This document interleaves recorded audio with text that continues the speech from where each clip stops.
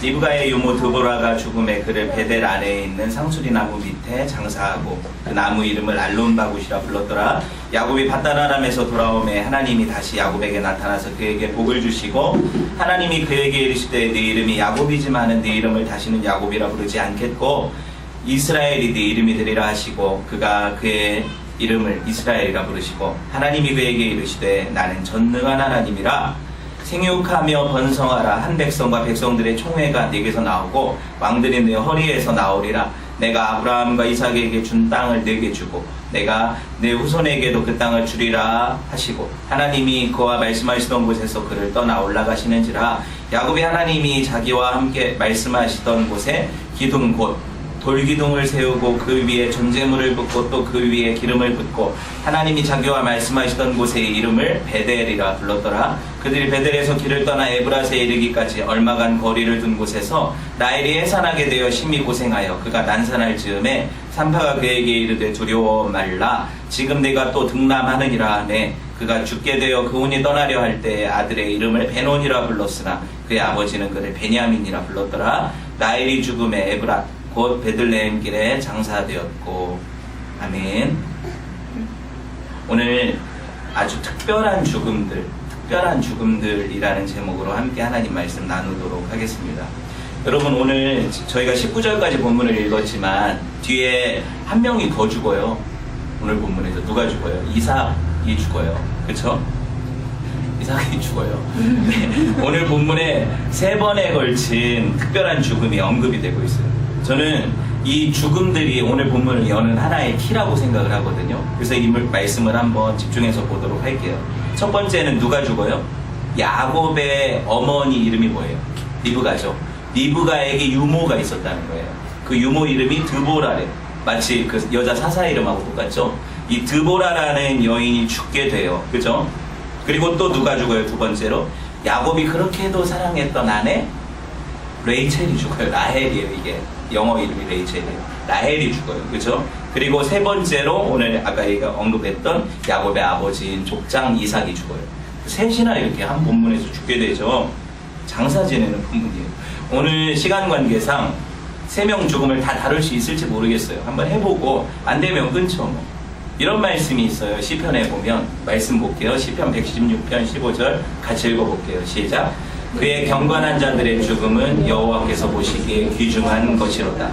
옛 개역 성경에는 성도들의 죽음은 여호와께서 보시기에 귀중한 것이로다. 같은 뜻이거든요. 성도가 죽는 것을 하나님이 기쁘게 보신대요. 되게 귀하게 보신대요. 죽음이 뭔데? 우리 싫잖아요, 죽는 거. 그죠? 죽기 싫어서 사는 거 아니에요, 지금 다. 근데 죽는 걸 하나님이 성도들의 죽음을 귀하게 보신대요. 왜일까요? 오늘 본문을 보면서 이 이유를 한번 생각을 해볼게요. 먼저 첫 번째 죽음, 누구의 죽음이에요? 드보라의 죽음 한번 봅시다. 8절에 보면 리브가의 유모 드보라가 죽음에 그를 베델 아래에 있는 상수리 나무 밑에 장사하고 그 나무 이름을 알론바굿이라 불렀더라. 여러분, 이 죽음이 무슨 의미가 있을까요? 한번 생각해 보세요. 리브가라는 야곱의 어머니, 사실 야곱이 돌아가실 때 리브가는 없어요. 만났다는 기록이 없잖아요. 그러니까 리브가는 이미 죽었어요. 근데 그 유모가 살아있었네요. 그죠? 그리고 그 유모가 지금 야곱과 함께 했어요. 여러분, 이 죽음이 언급된 이유는 제가 볼 때 지금 야곱은 이스라엘이라는 새로운 사람이 되었잖아요. 새로운 피조물이 되었잖아요.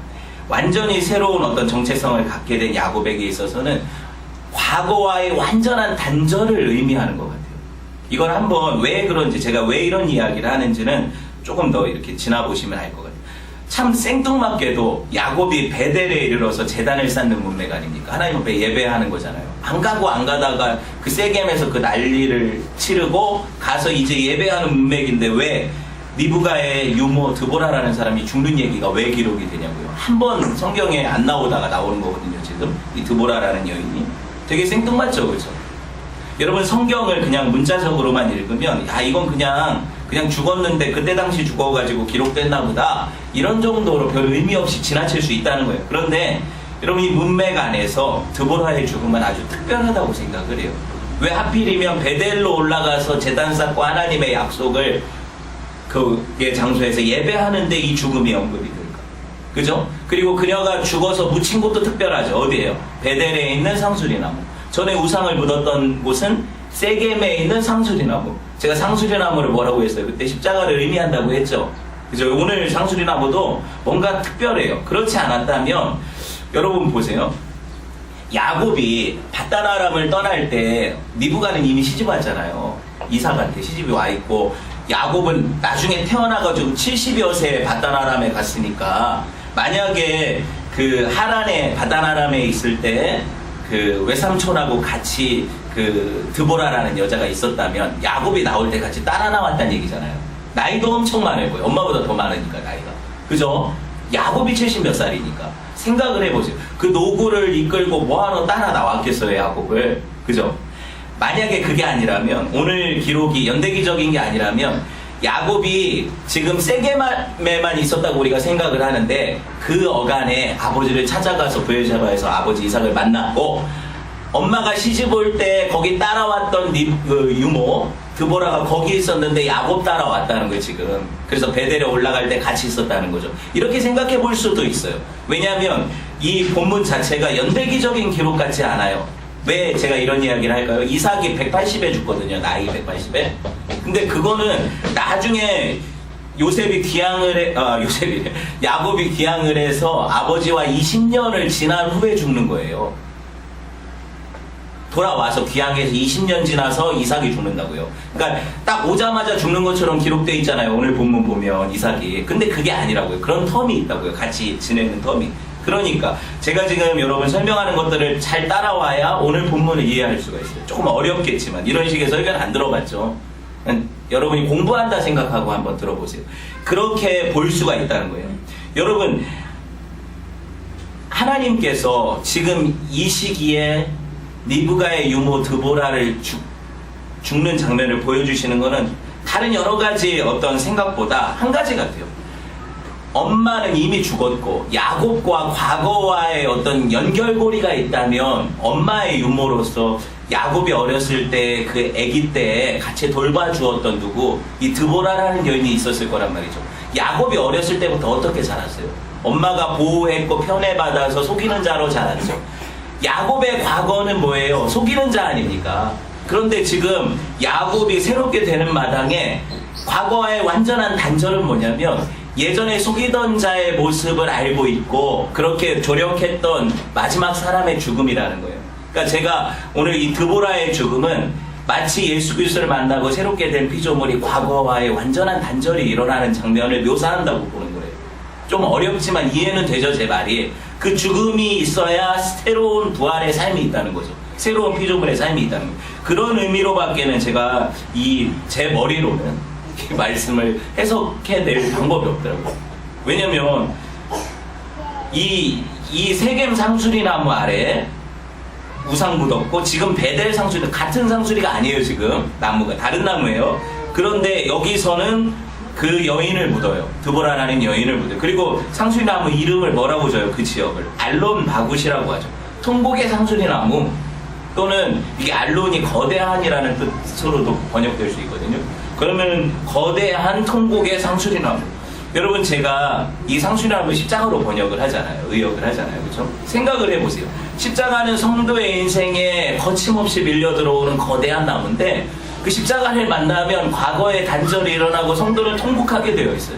회개한다는 거죠, 자기의 삶을. 그리고 여러분, 옛자가 십자가에 못 박히고 새롭게 되어지는 것이 성도의 삶이잖아요. 그렇게 본다면 여러분, 여기서 다시 태어나게 되는 야곱의 인생이 여러분 드보라의 죽음과 함께 시작된다는 거예요. 성도가, 여러분도 이제 구원받고 하나님의 백성이 되었을 때 과거와의 단절을 경험했어요, 사실. 여러분은 이제 옛삶으로 돌이켜 살 수가 없어요. 아닌데요, 목사님, 나 옛날하고 똑같은데요. 그게 아니에요. 그건 양상이죠. 여러분은 존재론적으로 완전히 바뀌었어요.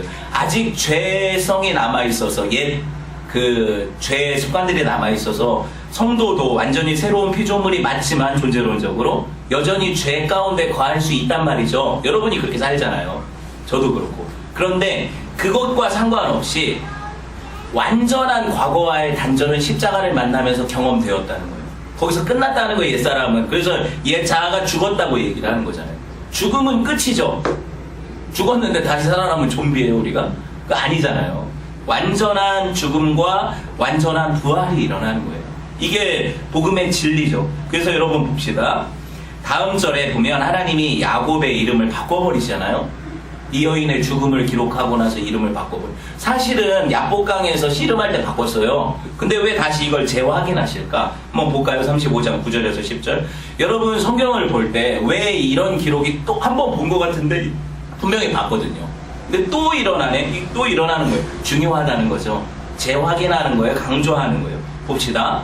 35장 9절에서 10절 시작. 야곱이 바다나람에서 돌아오매 하나님이 다시 야곱에게 나타나사 그에게 복을 주시고 하나님이 그에게 이르시되 네 이름이 야곱이지만은 네 이름을 다시는 야곱이라 부르지 않겠고 이스라엘이 네 이름이 되리라 하시고 그가 그의 이름을 이스라엘이라 부르시고 하나님이 이스라엘이라고 불러버리시죠. 이름을 바꿔서 불러버리시잖아요. 그렇죠?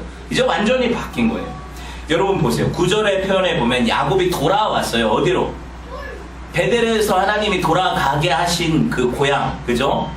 로 돌아왔다는 거예요. 약속의 땅으로 돌아왔다는 거예요. 한번 생각해 보세요. 야곱의 인생에 광야 여정이 있죠. 몇 년이에요? 바다나람에서 20년이 지났고, 그리고 세겜하고 숫곳에서 10년이 지나서 지금 30년 광야 인생을 돌고 돌아온 거죠. 그러니까 돌아온 거예요, 진짜. 표현하자면 그래요. 돌아온 거죠. 여러분, 근데 야곱은 누구의 조상이에요? 이스라엘의 조상이잖아요. 그죠? 이스라엘 백성들이 출애굽에서 어떻게 해요? 광야를 40년간 돌고 돌아요. 돌아오죠. 그죠?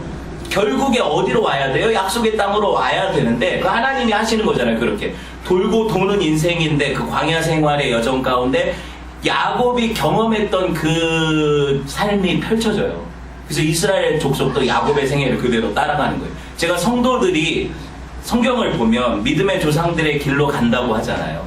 그 얘기가 이 얘기거든요. 그래서 여러분 보세요. 애굽에서 가나안까지 최단 거리는 여러분 그 이스라엘 백성들이 출애굽에서 보세요. 블레셋 땅을 지나가지고 바로 들어가면 애굽에 들어갈 수 애굽이래. 어디야? 가나안에 들어갈 수 있어요. 그 거리 최단 거리는 일주일 걸어가면 돼요. 근데 지금 몇 년 걸렸다는 거예요. 출애굽하고 40년. 일주일 거리를 40년 가면 이거 바보잖아요. 그죠? 바보잖아요. 근데 왜 돌아가게 됐을까요? 인생이 그래요. 여러분 인생이 그래요. 구원받고 끝나면 얼마나 좋아요. 여러분이 딱 구원받는 시점에 하나님이 데려가시면 여러분 천사처럼 될 수 있겠죠. 근데 그거 아니잖아요. 여러분 하나님을 분명히 만났고 십자가를 경험했어요. 그런데 여러분 어때요? 여러분 인생이 계속 펼쳐지죠. 이게 광야잖아요. 몇 년 돌고 있어요 여러분 뺑뺑이를. 각자 다 다르겠죠. 그런데 분명한 목적지가 있죠. 성경이 그 얘기를 하잖아요. 여러분 목적지 천국이 있어요. 그런데 그 광야의 여정을 겪게 하시는 이유도 있다는 거죠. 첫 번째는 뭐냐면 우리가 불순종해서 오래 겪는 거잖아요. 야곱처럼 지금 일주일이면 갈 거리를 이렇게 되는 거잖아요. 그죠? 그런데 보세요. 또 한 가지 이유는 이 광야를 통해서 하나님이 당신의 살아계심을 보이시거든요. 인생 가운데. 그래서 내가 구원받고 끝 그럼 하나님 은혜를 뭘로 알아요?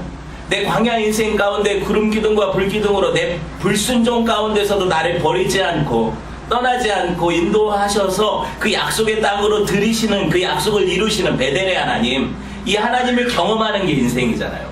그럼 저와 여러분이 그걸 경험하고 있는 거거든요 지금. 그러니까 이렇게 보면 이게 시간이 오래 걸리면 첫 번째 이유는 나한테 찾으면 돼요. 내가 뭔가 하나님 앞에 불순종하고 패역함이 있어서 이렇게 걸리나 보다. 베델로 올라가는 시간이 이렇게 걸리나 보다. 그죠?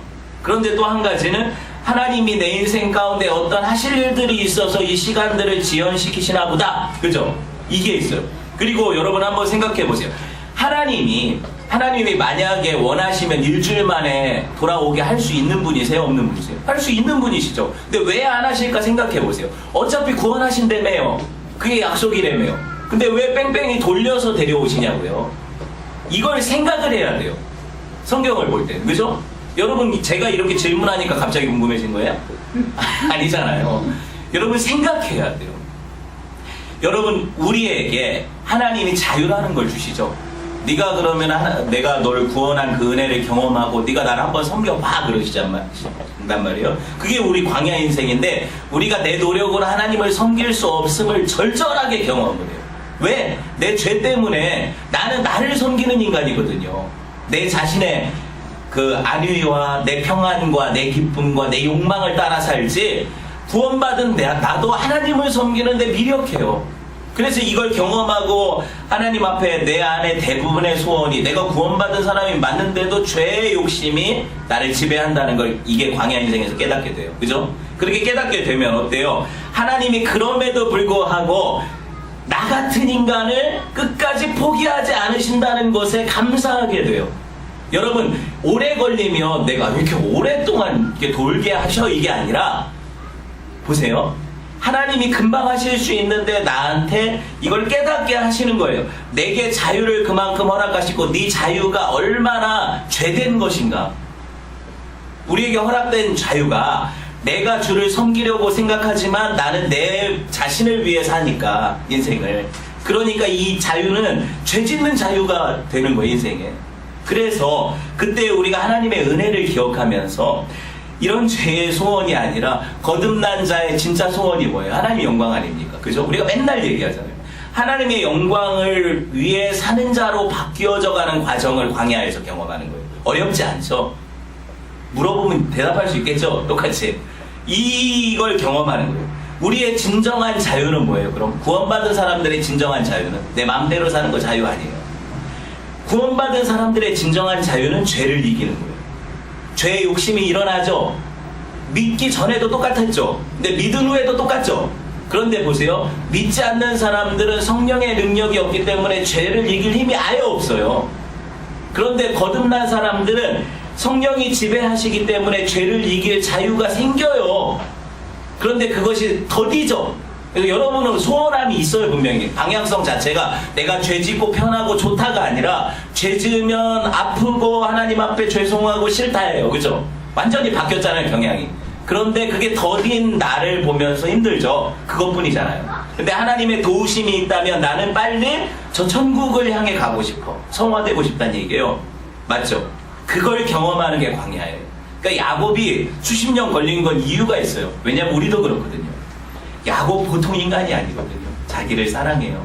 우리는요, 야곱 만만치 않죠. 우리도 이게 나를 사랑하지, 그죠? 나를 사랑하는 인간들이에요. 그래서 하나님 사랑하는 사람으로 바꾸시려면 시련이 있어야 돼요. 아, 내가 정말 나를 사랑해봤는데 이게 아니구나. 이게 답이 아니구나. 하나님을 사랑하는 나로 바꿔가시는 하나님을 경험하게 될 때 이게 신앙생활이거든요. 이게 신앙생활이에요. 여러분, 야곱이 더 이상 사기꾼이 아니라 누가 돼요? 이스라엘이라는 새 언약 족장이 돼요. 새로운 피조물이 돼요. 여러분 보세요. 야곱이 77세에 반단하람에 들어갔고 지금 30년 지났다고 했으니까 정확하게 환산을 하면 107세예요. 107살 무슨 소망이 있어요, 인생에. 이때도 작은 나이 아니거든요, 지금. 107살인데 여러분, 이때부터가 사실 야곱의 신앙의 전성기라는 거예요. 무슨 말을 하고 싶은 거냐면, 여러분, 나는 수십 년 신앙생활 했는데 왜 신앙의 전성기가 아직 안 왔을까? 괜찮아요. 여러분 말년이에요. 왜 이렇게 얘기할 수 있냐면, 여러분은 하나님이 반드시 구원하셔서 성화시키기로 작정하셨다면 여러분을 거룩하게 만드시는 하나님의 과정이 필연적으로 따르는데, 그 인생 가운데 그게 중간 여러분 젊을 때 금방 오는 게 아니에요. 그렇지만 내가 하나님을 믿고 의지함으로 기다리면 하나님께서 반드시 그 목적지로 데려가시거든요. 이해해요, 제가 하는 말? 이렇게 가신다는 거예요. 여러분 보세요. 11절 같이 읽어볼게요. 하나님이 그에게 이르시되 나는 전능한 하나님이라 생육하며 번성하라. 한 백성과 백성들의 총회가 내게서 나오고 왕들이 내 허리에서 나오리라. 내가 아브라함과 이삭에게 준 땅을 네게 주고 내가 네 후손에게도 그 땅을 주리라. 여러분, 이거 지금 오늘 처음 본 언약이에요? 아니죠? 아브라함, 이삭, 그리고 야곱의 생애에서도 하나님 계속 말씀하신 거잖아요. 근데 또 기록돼요. 그죠? 새로운 언약을 주시는 게 아니라 확고한 의지를 보여주시는 거예요. 이렇게 하겠다. 기억하냐? 넌 잊어버려도 난 안 잃어버렸다. 이렇게 하겠다. 근데 보세요. 생육하고 번성하라는 명령은 언제 있었어요? 맞춰보세요. 창세기에 아담과 하와에게 주신 온 인류의 명령이죠. 그러고 나서 두 번째로 생육하고 번성하라는 명령이 언제 있었어요? 노아의 홍수. 홍수 이후에 노아와 노아 자녀들에게 뭐라고 생육하고 번성하라고 했어요. 그런데 여러분 보세요. 이 약속이 또 누구한테 주어지냐면 아브라함한테 주어져요. 생육하고 번성하라. 보세요. 왜 이 이야기가 주어질까? 생육하고 번성하라. 노아까지는 보세요. 온 인류에 대한 명령이죠. 그런데 아브라함은 뭐예요? 한 민족을 택하시는 것 아닙니까? 그죠? 그래서 야곱의 때에는 아예 12지파로 나뉘어서 이스라엘이라는 한 민족의 기초가 서요. 그러면 뭐예요? 하나님의 언약이 어떻게 흘러요? 온 인류에게 주셨던 그 보편적인 약속이 지금 한 민족에게로 흐르죠. 지금 한 민족에게로 흐르잖아요. 이 약속이 이렇게 방대했는데 이 약속의 뿌리가 물꼬를 터서 아브라함, 야곱으로 흐르는 거예요. 그렇죠? 이걸 추적해 가는 거예요. 왜 이게 중요하냐면 이 생육과 번성의 약속이 지금 누구한테까지 흘러오니까, 저와 여러분에게까지 흘러오니까, 그럼 그 줄기가 어떻게 오는지를 알아야 원류를 알죠. 그렇죠? 그게 나한테 오는지 확실히 알죠. 그걸 보자는 거예요. 오늘 설교가 좀 딱딱하지만 여러분 조금 더 집중을 해보세요. 야곱한테 생육하고 번성하라, 지금 107살한테. 그럼 무슨 말이에요 도대체? 야곱이 생육하고 번성했어요 안 했어요? 이미 했잖아요. 아들 11명 있어요 지금, 요셉까지. 아직 베냐민 낳기 전이니까. 그리고 디나 딸도 있죠. 아니 이렇게 낳는데 뭘 또 생육하고 번성하라고 하시는 거예요? 지금 여러분 이해가 돼요? 이 말이? 앞으로 한 명 더 낳아요. 누구? 베냐민. 그게 끝이거든요. 야곱의 생육 번성이. 그럼 이 생육하고 번성하라는 명령을 지금 11명 낳고 한 명 남은 야곱한테 107살짜리 할아버지한테 주시는데, 여러분 야곱은 이 명령을 철석같이 붙잡아요. 그래 베냐민 나오는 거예요. 107살짜리 할아버지가 아기를 낳으려면, 라헬이 이제 거의 죽게 된 나이인데, 그죠? 근데 베냐민 낳다 죽잖아요. 왜? 노산이니까 어렵지 않잖아요. 그럼 왜 이렇게까지 낳게 하실까? 이게 중요해요. 하나님의 명령은 생육과 번성이거든요. 그죠? 그게 우리한테로 이어지니까. 이스라엘이 몇 지파예요? 12지파죠. 그런데 지금 몇 아들이 있어요? 11아들이 있죠. 그럼 12지파를 채우려면 누가 낳아야 돼요? 12번째 아들이 꼭 태어나야 돼요. 그래서 생육 번성의 명령은 여기서도 이어지는 거예요. 그죠? 이렇게 보시고 보세요. 베델에서 하나님이 야곱에게 똑같은 언약을 하시거든요. 생육하고 번성하고 뭐 이렇게 되겠다. 동서남북 네가 밟는 이 땅을 네 자손에게 다 주겠다 약속 그대로 드러나요. 그죠? 근데 여러분 이 약속이 아브라함이 받았고 이삭이 받았다고 했잖아요. 이삭이 받았다고 했잖아요. 이제 한 민족으로 온 인류에게 주셨던 약속이 흘러 지금 야곱을 통해서 새롭게 될 12아들들, 12지파, 구약의 이스라엘한테로 흘러가는 걸 보여주시는 거죠, 이 약속이. 그리고 이 약속이 어디로 흘러오겠어요? 당연하게도 신약의 12 사도에게로 흘러오는 거예요. 여러분 이거 정말 중요해요. 12지파, 12사도가 뭐예요? 모든 믿는 자들의 대표죠. 우리 대표라는 거예요. 그러니까 우리한테 흘러오는 약속이라는 거죠. 이걸 봅시다. 여러분 보세요. 야곱이 정당한 아브라함 언약의 계승자가 맞죠. 그러니까 하나님이 계속 나타나셔서 이렇게 얘기를 하시잖아요. 창세기 15장에서 언약 받았잖아요. 횃불이 지나가고 쪼개진 고개 사이로 아브라함이 받았던 그 언약 그대로거든요. 이게 그냥 약간 토시만 바뀌지, 그죠? 그대로 이렇게 이어져 오는데, 제가 이렇게 얘기를 하면 여러분이 벌써 언약에 대한 이야기는 수십 번 들었어요. 그죠? 창세기 지금 이제 30 몇 장 하는데 너무 많이 들었잖아요. 그래서 여러분 중에 혹시 그러니까 눈빛만 봐도 알지만 여러분 중에 이런 얘기를 하실 분이 있을 수 있어요. 대체 언약이 뭐가 그렇게 중요하길래 목사님 언약에 관련된 구절이 나오면 그걸 그냥 넘어가는 법이 없고 이전 언약까지 다 훑어가면서 시간을 버리다. 예, 이렇게 생각할 수 있는데 여러분 잘 생각해 보세요. 중요하니까. 이게 다예요, 사실. 성경은 언약이에요. 성경은 약속이에요. 봅시다. 제가 하는 말이 왜 진짜 우리 신앙은 뭐에 기반하죠? 내가 어떻게 믿는 거예요, 하나님은? 네, 약속의 근거에서 믿는 거예요. 하나님의 약속이 어디 기록되어 있어요? 성경에 기록되어 있어요. 특별 계시라고 하는 게 성경이죠.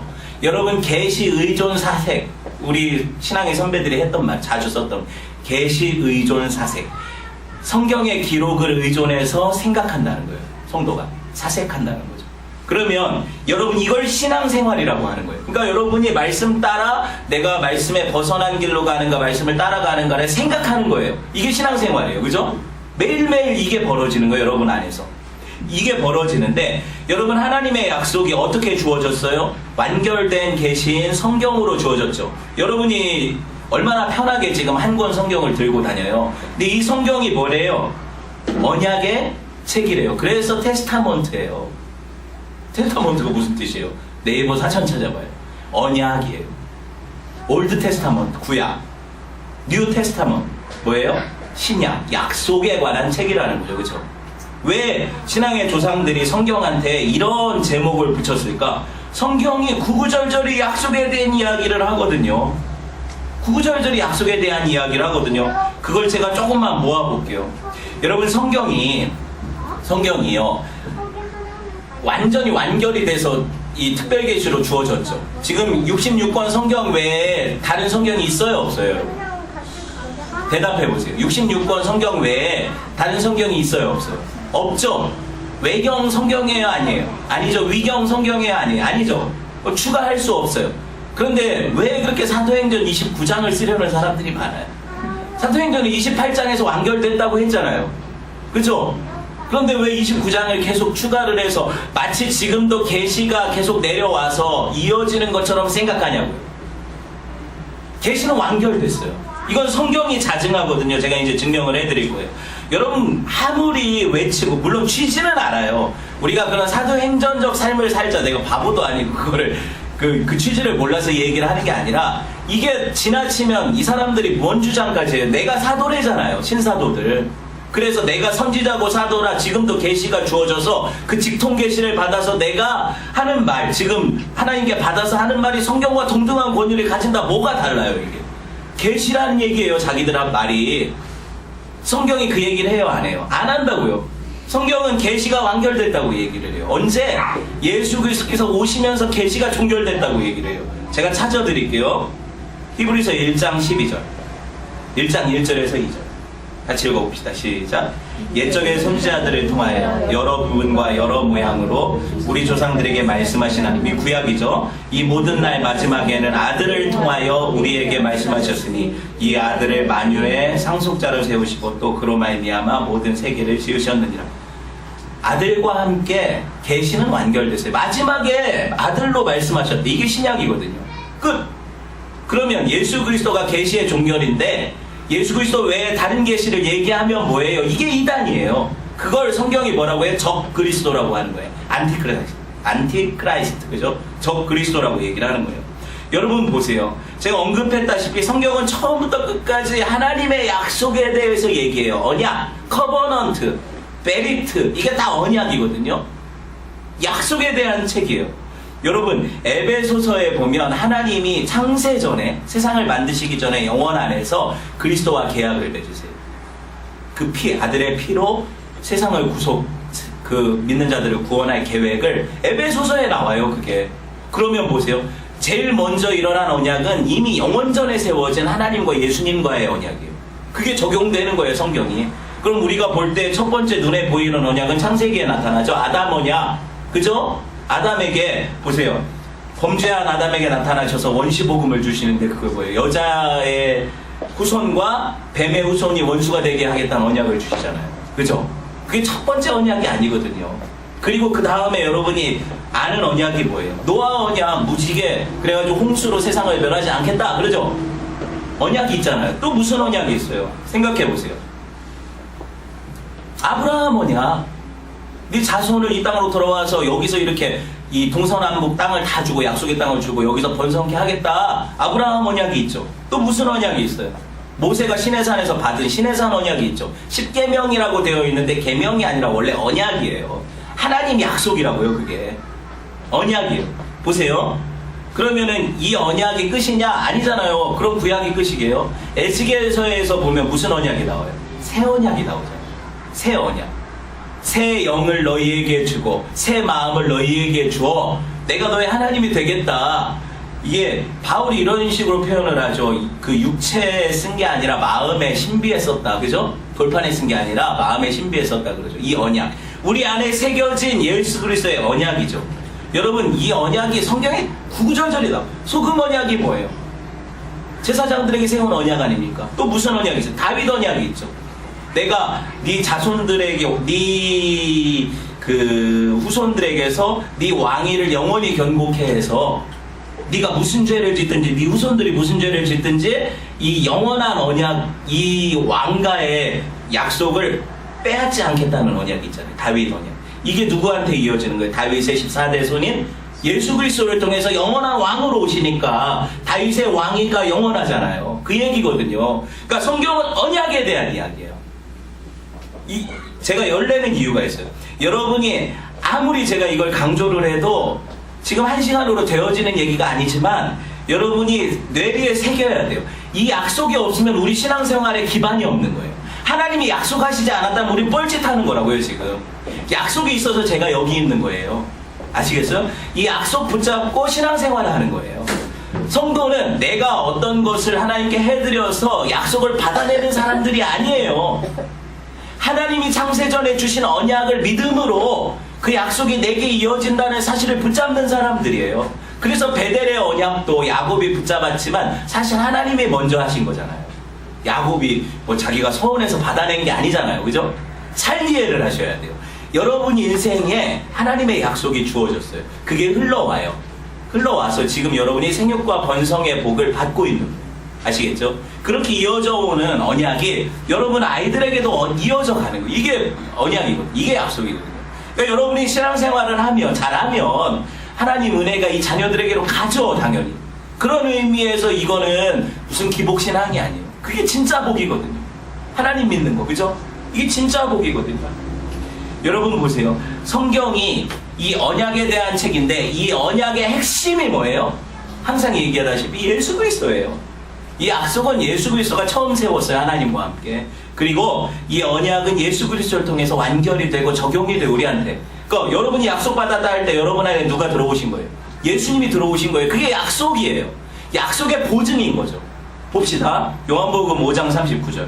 논리적으로 여러분이 따라오셔야 돼요. 설교를.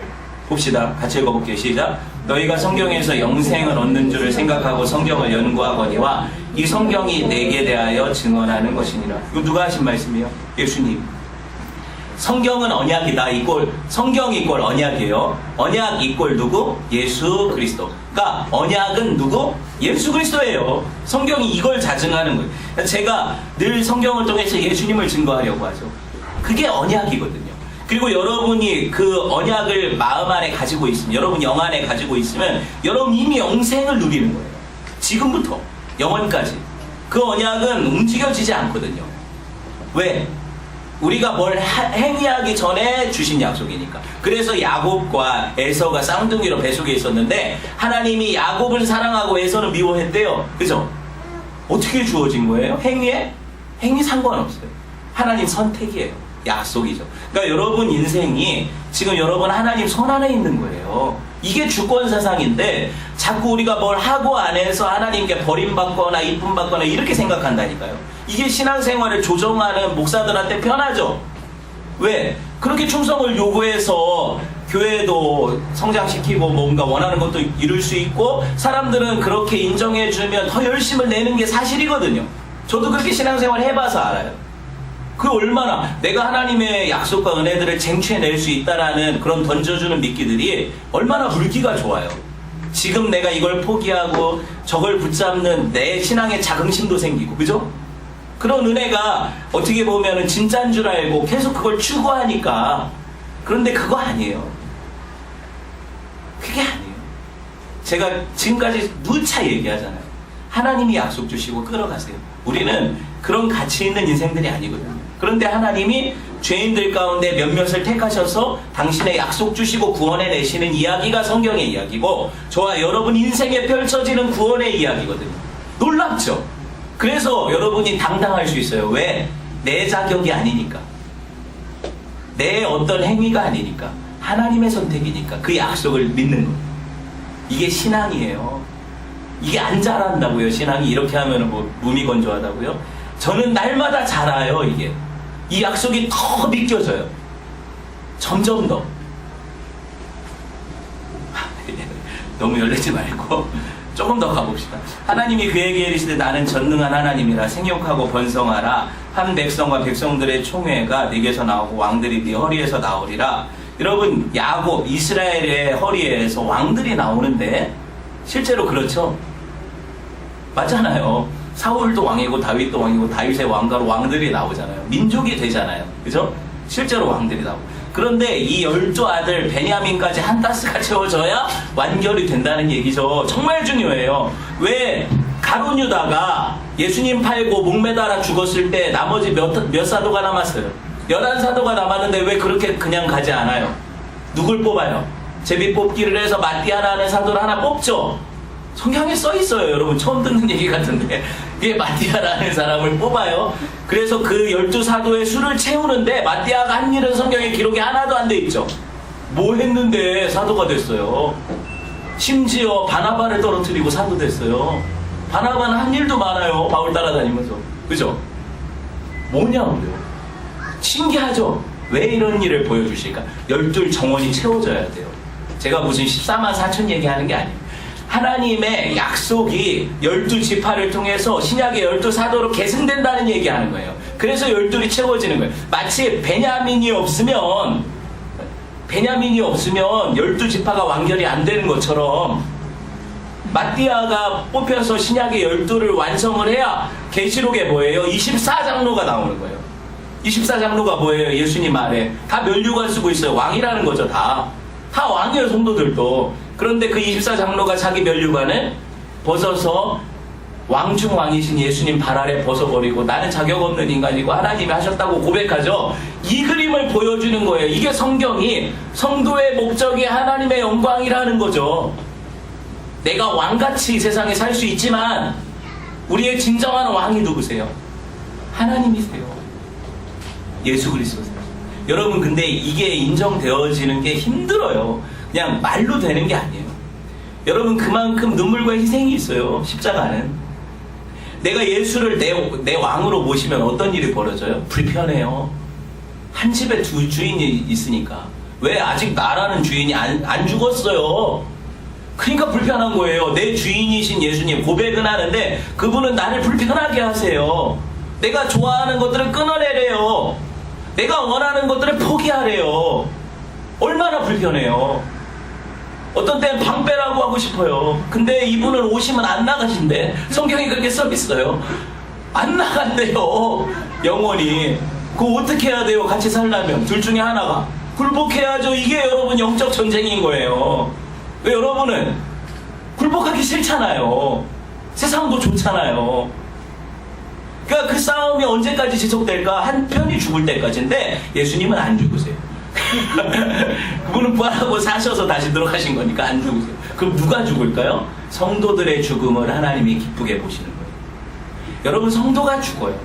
성도가 내 자아가 죽고 십자가에 못 박혀 죽어요. 그럼 누가 사세요? 내 안에 그리스도께서 사시는 거예요. 신기하죠? 성경이 얼마나 일관돼요. 그래서 내 안에 그리스도께서 사시니까 내가 죽는 거예요. 내가 죽음 같은 힘든 과정을 경험하면서 광야를 도는데 베델로 올라가게 하시기 위한 과정인 거죠. 베델이 뭐예요? 하나님의 집.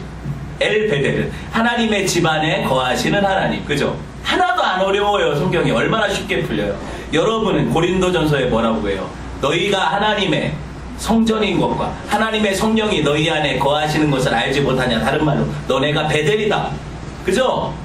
베델로 올라가게 하신다 그러면 우리는 분명히 성전 되는 거예요. 근데 나는 버티면 버틸수록 이놈의 성전이 예수님이 어떻게 하시겠어요?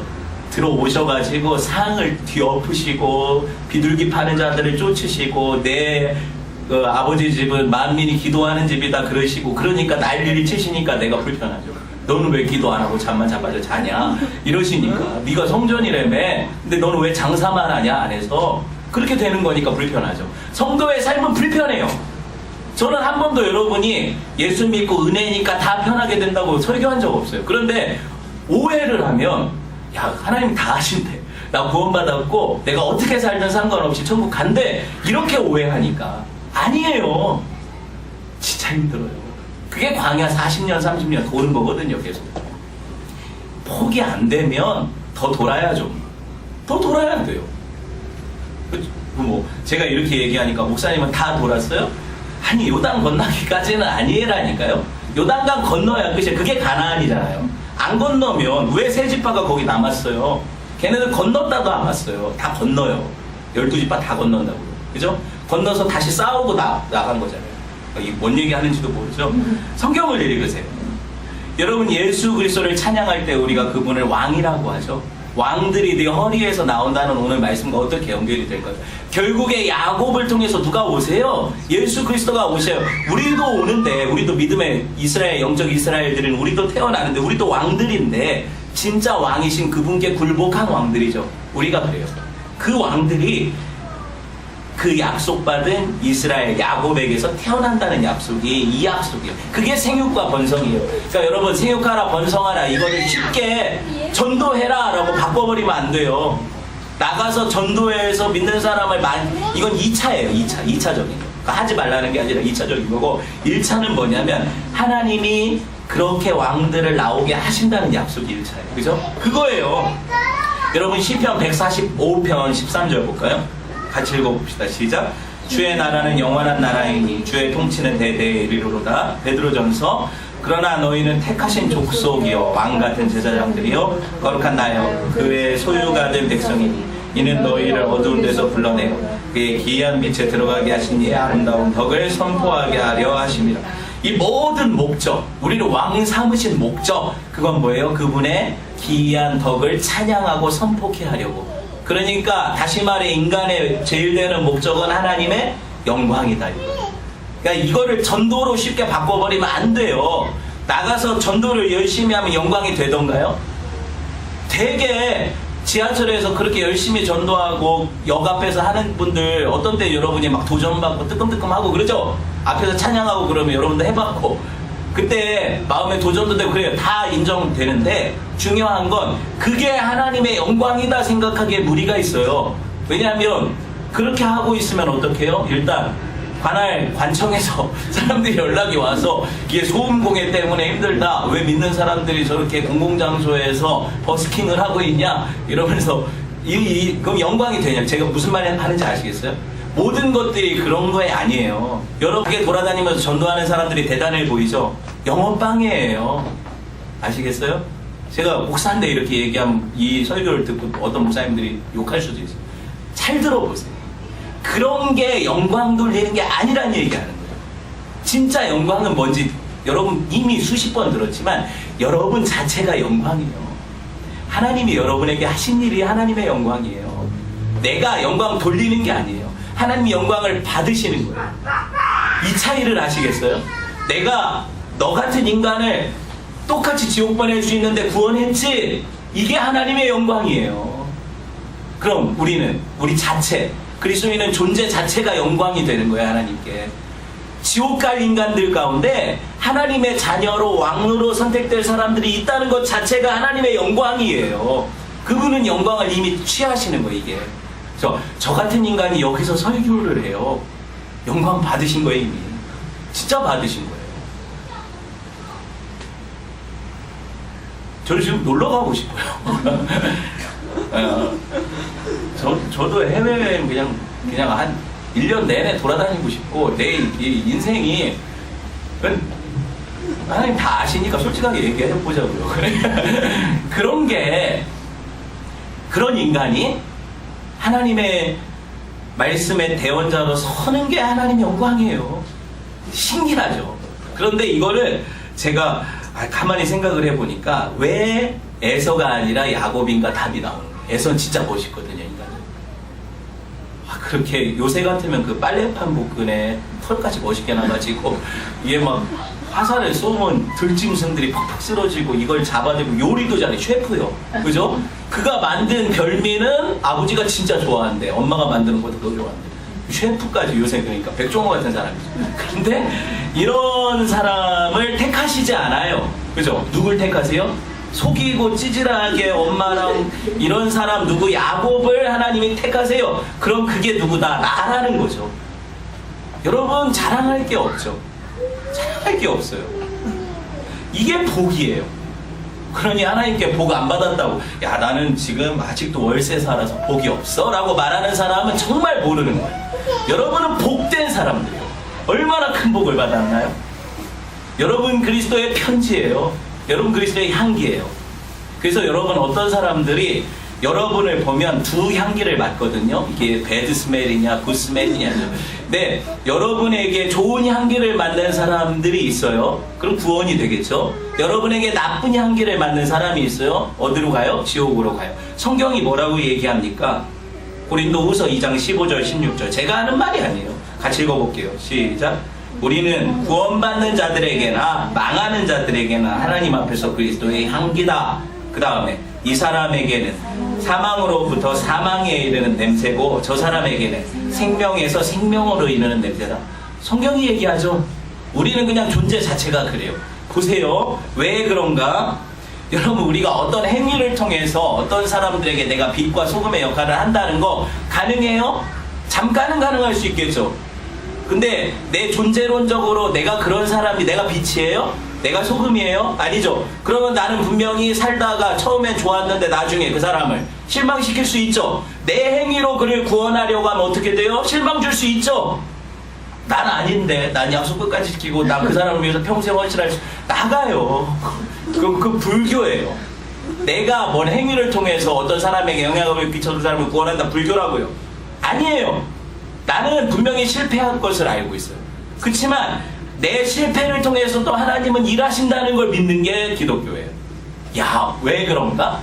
야, 어떤 목사가 넘어졌대. 되게 아프죠? 그 이야기를 들었을 때. 근데 어떤 사람들에게는 그 이야기가 어떤 사람들에게는 생명이 돼요. 아, 나는 하나님 은혜로 지켜져서 그렇지 내가 저 사람하고 다를 게 없는데 내가 어떻게 저 뉴스에 나오는 저 사람처럼 안 됐을까? 그게 은혜구나. 내게 생명에 이르는 향기가 돼요. 그 사람의 악행이. 너무 신기하죠? 제 설명이 이해가 돼요? 그런데 어떤 사람에게는 그것이 봐봐. 교회 다녀야 쓸데없어. 목사도 저지랄 하는데 라고 하면서 어디로 가요? 지옥으로 가죠? 그럼 뭐예요? 사망에 이르는 향기죠? 그럼 보세요. 내 행위가 좋아서 그래요? 그런 거 아니죠? 좋을 때도 나쁠 때도 나는 뭐예요? 존재 자체가 하나님의 사람이에요. 존재 자체가. 그래서 나는 어떤 이에게는 생명의 향기를 주고 어떤 이에게는 사망의 향기를 준다. 이거 제가 물어보고 여러분 설명할 수 있어야 돼요. 진짜 복음이거든요, 이게 여러분. 여러분 존재 자체가 복음이에요. 하나님이 하신 일. 그 영광, 그분의 영광. 여러분 보세요. 야곱이 지 스스로 베델의 서원을 지킵니까? 안 지킵니까? 안 지키니까 이 난리가 난 거잖아요. 하나님이 가라고 해서 어거지로 지키게 하셨으니까 지킨 거예요? 안 지킨 거예요? 그 지킨 거 아니에요. 이게 어쩔 수 없으니까 간 거죠. 여러분도 불 떨어지면 새벽 예배 그 달걀 안 줘도 가요. 이게 별 안 붙여줘도 가요. 불 떨어지면 기도한다고요. 그 맞죠? 한다고요. 그러니까 그걸 내가 했다고 자랑하면 안 돼요. 하나님이 하신 거거든요. 나 같은 인간을 깨워서. 난 자빠져 자는 게 좋은데 이 하나님이 하시는 일들을 높이세요. 이게 복음이에요. 여러분 하나님이 그와 말씀하시던 곳에서 그를 떠나 올라간다 그러죠. 13절 야곱이 하나님이 자기 말씀하시던 곳에 기둥 곧 돌기둥을 세우고 전제물을 붓고 하나님이 자기와 말씀하시던 곳의 이름을 베델로 불렀다. 이걸 읽으면 야곱이 성원 지켰구나 이렇게 생각하는데 아니거든요. 성전 졌어요? 안 졌어요? 안 졌어요. 돌 세워놓고 거기다 기름 붕에 뭐 성전. 그리고 거기 머물러요? 베델에 안 머물러요. 또 떠나잖아요. 지금 말씀 보니까 베델에서 떠나요. 좀 이따가 말씀 보면 또 11조 해요 안 해요? 엄청나게 두 때나 이루어서 왔는데 안 하잖아요. 그러면 성원을 지키라고 하나님이 명령하시는 거예요? 아니거든요. 그럼 뭐예요 베델은? 하나님이 우리에게 그 약속을 이행하신다는 거예요. 그래서 하나님이 하나님의 집으로 만들어 가신다는 약속이죠. 그래서 올라가라. 봅시다. 여러분 예수 그리스도를 우리를 대속하는 11조로 우리 생명의 속전으로 주신 분이 하나님이시죠. 그래서 그 예수 그리스도를 믿음으로 내가 하나님의 성전이 되었어요. 하나님의 집이 되었죠. 누가 하신 일이라고요? 하나님이 하신 일이라고요. 얼마나 정확합니까 성경이. 그런데 여러분이 계속해서 이거를 어떤 장소적인 의미라든가 아니면 내가 어떤 서원을 지키는 문제라든가 아니면 내가 기도해서 응답받는 거라든가 아니면 뭐 내가 어떤 행위를 해서 하나님을 흡족해 해드려서 뭔가 반대급부를 얻어낸다든가 이건 신앙 아니에요. 내가 엄밀하게 제가 계속 얘기해 드리잖아요. 그거는 모든 종교 안에 있는 종교심이에요. 다 있어요. 근데 기독교는 그게 아니에요. 네. 저렇게 납작 엎드려서 진짜 하나님을 구하는 거예요. 자기는 할 수 없다고. 아버지가 하셔야 된다. 이게 기독교거든요. 여러분 그거밖에 없거든요. 지금 좀 말씀을 정리해야 되는데 한 장 봅시다. 하나님이 이 마지막 아들 베냐민을 통해 전에 이거 베냐민 설명했어요. 12아들 이름 가지고 얘기하면서 처음 낳았을 때 엄마가 자기가 죽어가면서 나 슬프다 이 아들 젖도 못 물리고 죽는구나. 그래서 너는 참 엄마 없는 자식이니까 너는 베논이야 슬픔의 아들이야 이름 줬잖아요. 그런데 죽고 나서 야곱이 자기 아들을 슬픔의 아들이라고 부르기가 찝찝하잖아. 뭐라고 바꿨어요 이름을? 베냐민 오른손의 아들로 바꿔버렸어요. 이게 복음의 진리라고 했죠. 12아들의 완결이 예수 그리스도거든요. 12아들이 다 모이면 그 예수 그리스도를 상징하는 거잖아요. 베냐민 예수 그리스도 상징하는 거예요. 그래서 예수 그리스도는 우리에게 하나님께 버림받아 십자가의 질고를 지신 슬픔의 아들이었으나 부활 승천하셔서 하나님 보좌 우편에 앉으신 오른손의 아들 되었다. 이게 베냐민의 진리다 했잖아요. 제가 지금 정리해서 얘기하는 거예요. 여러분 예수 그리스도를 여러분 안에 모실 때 이게 슬픔이 아니라 여러분 다 지나가고 부활 승리하여서 우편에 앉은 예수 그리스도의 인생이 저와 여러분에게 동일하게 적용이 돼요. 왜? 예수님과 나는 뗄래야 뗄 수 없는 이미 한 몸이니까. 그분이 머리인데 나는 몸인데 머리가 보좌 우편에 앉았는데 몸은 땅바닥에 처박혀 있으면 이건 죽은 거죠. 이해돼요? 그런데 머리가 보좌 우편에 앉으셨어요. 그럼 몸은 같이 앉는 거예요. 얼마나 성경이 명확합니까? 에베소서에서 뭐라고 얘기를 해요? 그래서 성도들을 어디 앉히신다고? 하나님 우편에 앉히신다고 얘기하는 거예요. 한번 봅시다. 마태복음 먼저 볼게요. 25장 34절. 이게 성도들이 오른손의 아들들로서 완성된 천국에서 누릴 지위거든요. 봅시다. 같이 읽어볼게요. 시작. 그때 임금이 그 오른편에 있는 자들에게 이르시되 내 아버지께 복을 받을 자들이여 나와서 창세로부터 너희를 위하여 예비된 나라를 상속받으라. 오른편에 있는 사람들이 누구예요? 예수 그리스도를 머리로 둔 성도들이에요. 이게 베냐민의 진리거든요. 이 영원한 진리죠. 너무 억지스럽습니다. 목사님 이름 가지고 너무 워드플레이 아닙니까? 19절 볼까요? 19절 같이 읽어볼게요. 시작. 라헬이 죽음에 에브라임과 베들레헴 길에 장사되어. 왜 베냐민이 예수 그리스도를 상징하는지 여기 나오잖아요. 베들레헴에 누가 오십니까? 거기가 누구 묻힌 자리예요? 옛 야곱의 세상적인 가장 사랑 누구? 야곱 자신이에요. 라헬은 야곱이 제일 사랑해서 자기 생명도 아낌없이 줄 수 있는 사람 라헬. 이게 묻힌 자리에 누가 오세요? 베냐민 예수 그리스도가 오시는 거예요. 내가 성도가 세상에서 가장 사랑하는 우상을 묻어버릴 때 누가 와요? 예수 그리스도가 오시는 거예요. 이게 진리 아닙니까? 성경이 얼마나 명확하게 우리한테 이 진리를 계시하는데 여러분 이걸 못 읽으면 어떡해요? 베들레헴이 떡집이죠. 벳이 집이고 레헴이 떡이니까 베들레헴은 떡집이에요. 여러분 떡집에 떡으로 오신 분이 내가 생명의 떡이다 하신 예수님이에요. 영생은 어떻게 오는 거예요? 그 생명의 떡을 먹고 마시는 사람에게 주어지는 거죠. 이게 생명나무예요. 이게 생명나무예요. 완전히 성경이 이어져 있죠. 이렇게 성경을 보면 여러분들 이단들이 이단은 다 차치하고 잘못 이상하게 성경을 설교하는 사람들이 설교하는 것들 여러분이 다 분별할 수 있어요. 듣고 조금씩 여러분이 쌓여가죠. 충분히 분별할 수 있어요. 저 소리 아니구나. 저거 아니구나. 충분히 알 수 있어요. 말씀을 맺으려고 해요. 성경의 진리는 언제나 동일해요. 성도는 십자가 앞에서 육적자의 죽음을 경험하고 묻어요. 그러고 새롭게 태어나는 피조물들이죠. 이게 지금 오늘 두 죽음, 성도의 특별한 두 죽음 안에서 제가 세 번째 죽음은 다음 주에 할 거예요. 시간이 없어요. 두 죽음 안에서 보여지는 진리 아닙니까? 그들에게는 영원하신 하나님의 언약이 흘러 주어져요. 그죠? 그리고 그들의 삶은 필연적으로 광야를 통과해서 베델로 올라가게 돼요. 그건 하나님의 약속이니까 그렇게 돼요. 하나님의 집이 될 때까지는 이 십자가의 길이 멈추지 않는 거예요. 그렇지만 끝에는 어떻게 돼요? 하나님 보좌 우편에 앉으신 그리스도와 함께 영원히 왕노릇하는 때가 와요. 그걸 기다리고 소망하는 사람들을 성경은 성도라고 부릅니다. 기도합시다. 여러분 대단한 성도죠. 왜 대단하냐면 이런 힘든 설교를 계속 듣고 있어요. 정말 대단한 것 같아요. 제가 하나님 주신 말씀, 여러분 각자에게 주신 말씀 붙잡고 기도합시다.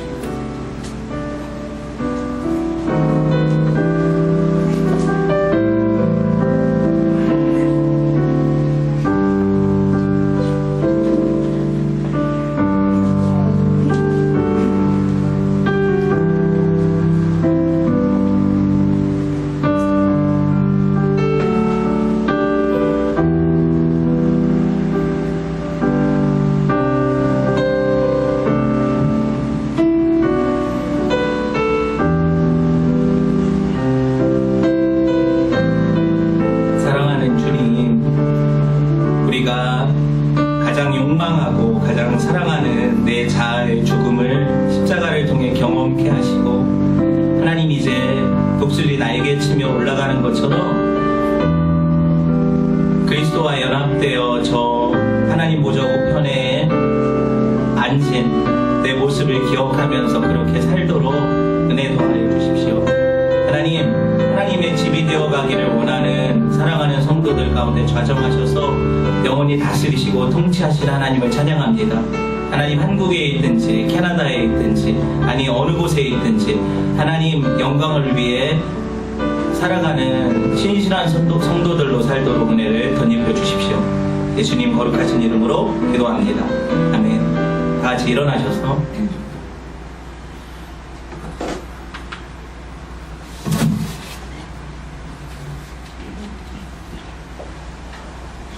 한 번만 부릅시다. 이 세상 가장 아름다운